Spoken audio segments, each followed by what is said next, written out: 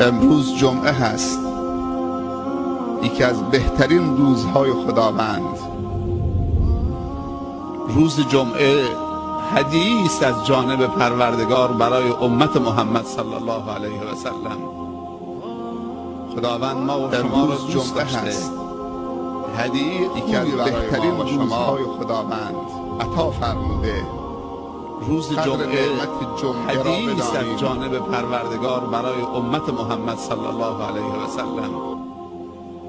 خداوند ما و شما را دوست داشته. روز جمعه تنها برای نماز جمعه خواندن نیست، شما عطا فرموده برای درد دل کردن هست، جمعه را برای دور هم جمع شدن هست، برای به همدیگر سلام کردن هست، برای همدیگر تنها برای نماز جمعه خواندن نیست. در روز جمعه عفو کردن، بخشیدن، برای درد دل کردن هست، برای دور هم جمع شدن هست، برای به همدیگر سلام کردن، برای صله رحم کردن، برای همدیگر توبه و استغفار کردن، خانه خدا در برای صلوات و درود فرستادن، بخشیدن، حلالی طلبیدن، حلال کردن. روز جمعه یعنی این. روز جمعه یعنی روز پیوند، برای صله رحم کردن، روز برای توبه و استغفار کردن، شدن، برای صلوات، روز از هم فاصله گرفتن، از هم دور شدن، نه روز گناه. روز جمعه یعنی این. روز جمعه یعنی روز پیوند، روز جمعه روز عید، روز به هم پرداختن، به هم نزدیک شدن.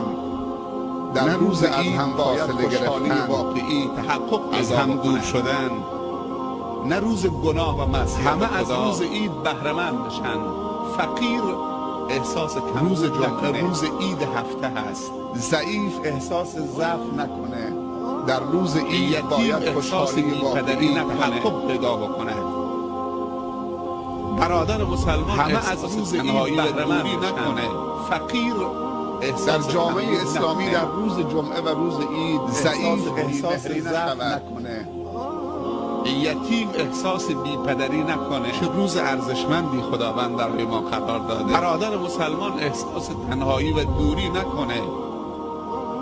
در جامعه اسلامی در روز جمعه و روز عید احساس بی‌مهری نشود. آرزوی دیرینه داشتم که در یک روز ارزشمندی خداوند برای ما خدمت شما برسم. حالا اون جمع عروسی باشد، نماز جمعه باشد. آرزوی دیرینه